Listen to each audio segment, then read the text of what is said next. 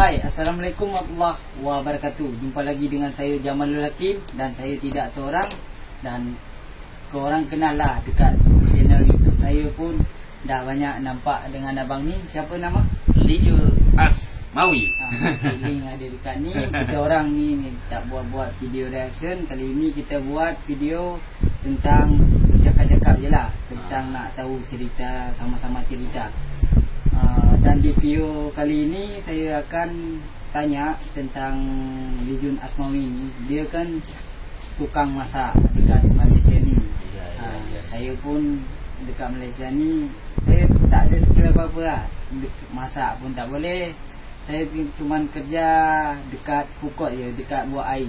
Saya buat air. Dan kita pun nak tahu sama-sama kan, sekarang PKP pun sudah habis. Itu hari kan emang kita kerja dekat Malaysia ni emang teruk sangat. Teruk lah dulu ya. Tapi alhamdulillah sekarang dah alhamdulillah dah macam dah stabil balik lah. Sekarang pun saya nak tahu seberapa besar sih gaji tukang masak dekat Malaysia ni. Oke, Assalamualaikum bro. Oke, kalau pasal gaji tukang masak lah, jadi sebenarnya dulu kalau musim PKP memang terus semua turun, semuanya agak rasa kekurangan lah, boleh dikatakan macam itulah. Tapi alhamdulillah sekarang ni orang dah mulai ramai bro. Wow. Dah mulai penat lah masak. Dan gaji pun alhamdulillah sekarang dapat ekstra lah macam itu. Biasanya gaji tukang masak dekat Malaysia itu kalau tak 70 ke atas. Tapi saya untuk sayanya sendiri dari 80 gaji sebenarnya saya. Tapi kalau ramai saya dapat 100 macam itu, sampai dibagi 100 macam itu aja. Sebab sekarang dah ramai kan, jadi saya tetap dapat 60, 100, 90, 100 macam itu. Tapi alhamdulillah lah, bagi saya itu puas hati lah dengan kelelahan kepenatan kita lah. Sesuai terbayar lah kepenatan kita. 100 tu pun bukan sedikit bro menurut saya lah. Betul. Banyak juga lah. Nah itulah dekat Malaysia ni kalau kita sebagai kerja masak, dan alhamdulillah dapat juga lah 100 ringgit lah macam itu. Emang gaji rata-rata tukang masak dekat Malaysia ni berapa? Biasanya sebenarnya kalau tukang masak tu kalau tak 70, 80 sebenarnya lah. Ya ikut jam lah. Tapi kalau saya gaji 100 tu ataupun 90, 80, 100 tu, saya kerja dari start pukul 5 sampai pukul 12 malam. Tapi berapa jam tu? 5, 6, 7, 8, 9, 10, 11, 12 6 jam. Alhamdulillah boleh dikatakan 6 jam dapat 100 pun dah wow, sangat-sangat besar lah menurut saya. Itu lagi yang gaji tukang masak dekat Malaysia rata-rata 70-80 ke atas. Sampai 100. Kadang 100 lebih juga. Kalau ramai kadang saya sampai dapat 110, 120 macam itu. Dia ada ekstra lah. Ada bonus lah. Tapi minimal gaji kalau orang biasa tu 80 lah.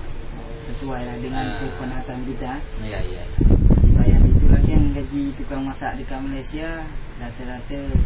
Tapi beza lain dengan gaji-gaji seperti saya buat air dekat Pukot, saya lain juga gaji dia. Saya rata-rata 60 lah. 60. Kalau tukang buat air ni memang kalau dikatakan penat, ya penat. Namanya juga kerja, semua penat. Ya betul. Tapi dia beza dengan tukang masak. Kalau tukang masak ni memang cepat kalau main tangan. Tapi saya tak faham sangat begitu tukang masak. Lain bakat lah. Yang paling penat masak tu masakan apa? Kalau dekat Malaysia? Macam ni, kalau yang di bidang saya lah ya. Yang senang tu misalkan ada orang order kembar, macam mesti orang kampung 5 misalkan itu saya senang lah. Walaupun 5 sekali buat. Dan kalau yang penat tu misalkan ada basah, kering, misalkan mie goreng basah, ada cakwe hijau terang, ada misalkan bihun goreng, ada misalkan nasi goreng, lepas tu ada mie bandung. Itu satu-satu tu itu terasa macam penat. Sebab kita 5 makanan ni saja dah macam rasa lambat nak siap. Itu menurut saya paling susah lah dekat kalau kita kerja sebagai tukang masak tuh bukan susah lah, tapi agak lambat sedikit lah. Kalau banyak menu yang macam tuh, bill kita dapatnya macam tuh orang lambat siap. Tapi kalau sekiranya nasi goreng kampung 10, walaupun dia cakap 10 tak apa, tapi kembar sekali buat boleh. Lepas tu nasi goreng, mie goreng 5, lepas tu walaupun banyak bill macam tuh kejap dia siap. Sebab sekali masak kan. Itulah kalau dekat masak. Tapi selain dekat kedai yang masak goreng-goreng, ada menu apa lagi? Ya, dekat maksudnya dekat saya. Dekat. Oh, ada nasi ayam, ada mie Bandung, ada dengan apa ya? Sebab kita tak boleh ambil menu orang. Jadi dulu saya buat tom yam pun ada. Sekarang ada baru seminggu ada orang buka kedai baru ada tom yam, jadi saya tak boleh ambil tom yam lagi. Khusus goreng-goreng nasi goreng. Goreng-goreng tom yam ya. Sistem dekat tempat kerja saya ini bukan sistem restoran lah ya. Ada kedai-kedai lain-lain. Habis selain masak goreng-goreng, lain semua boleh lah. Dari tom yam, dari seafood ke western, semua lengkap dekat situ. Seafood maksudnya nasi goreng seafood apa. Nah, kalau western sebenarnya saya dulu pernah belajar juga, tapi tak fokus dalam. Saya pernah juga lah belajar cara buat coleslaw apa macam-macam, black pepper dia, buah dia tu semua saya pernah belajar, tapi sekejap saja sebab saya bagian bidang saya bukan western dulu. Sebab bos saya ada kedai western, ada kedai goreng-goreng. Nah, jadi saya khususnya di kedai goreng-goreng ini. Nah, jadi yang dekat western tu lain, dekat roti canai itu pun lain. Jadi banyak satu tuan tu bos, tapi banyak makanan. Nah, jadi khusus saya diletak tempat goreng-goreng sebab itu bidang saya kan. Tapi saya belajar kadang-kadang di western, di roti canai susah juga saya buat. Susah nak tebar tu. Mungkin sebab belum belajar sangat. Butuh skill. Kena fokus belajar 1 bulan boleh lah, insyaallah. Habis bakat ni apa dari semenjak datang ke Malaysia menjadi tukang masak, apa dari kampung dulu? Tak. Dulu saya goreng telur pun saya tak pernah dekat kampung. Telur dadar pun saya tak pernah. Tak pandai ya, kayaknya saya tak pernah. Telur buat rumah tu pun saya tak pernah. Iya, buat emak kan. Nah, jadi setelah merantau ke Malaysia ini barulah kita merasakan dewasa. Tapi saya tak terus jadi tukang masak. Dulu kebun kelapa sawit, potong buah, saya pernah cerita juga kan. Potong buah, angkat buah yang berat-berat, bawa lori hantu lah, pernah lah. Ada juga nama lori hantu. Ada lori hantu. Lepas tu masuk yang ketiga ni lah saya baru jadi tukang masak. Itu pun saya bukan terus jadi tukang masak, saya jadi cleaner dulu. Cleaner, gosok WC, gosok tandas, saya pandai buat. Jadi siapa-siapa yang tandasnya kotor saya boleh bersihkan.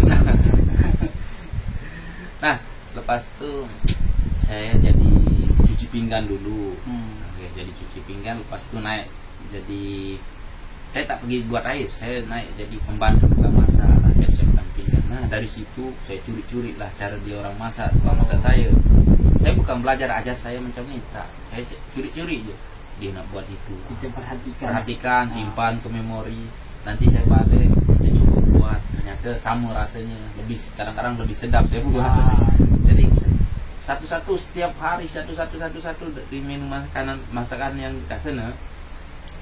Dah saya hafal, saya berhenti. Dan saya pergi cari kerja yang saya sebagai tukang masak. Saya tak jadi ini lagi, saya membantu. Itulah perjalanan saya. Sudah berapa lama jadi tukang masak? Ada berapa tahun? Kurang lebih lah, mungkin 5 tahun setengah lah. 5 tahun setengah. Okey lah, itulah tukang masak dekat Malaysia ni. Nanti bila ada video yang nak di-reaction lagi, korang nanti komentar dekat bawah ni. Nanti kita usahakan buat video lagi dengan Bang Dijun Asmawi ini. Iya. Setiap minggu lah ya, kalau boleh. Setiap minggu sebab kita orang kerja, sama-sama kerja. Saya pun Ahad cuti. Beza dengan abang ni, dia Isnin. Isnin. Esok dia cuti. Jadi abang ni pun nak kerja.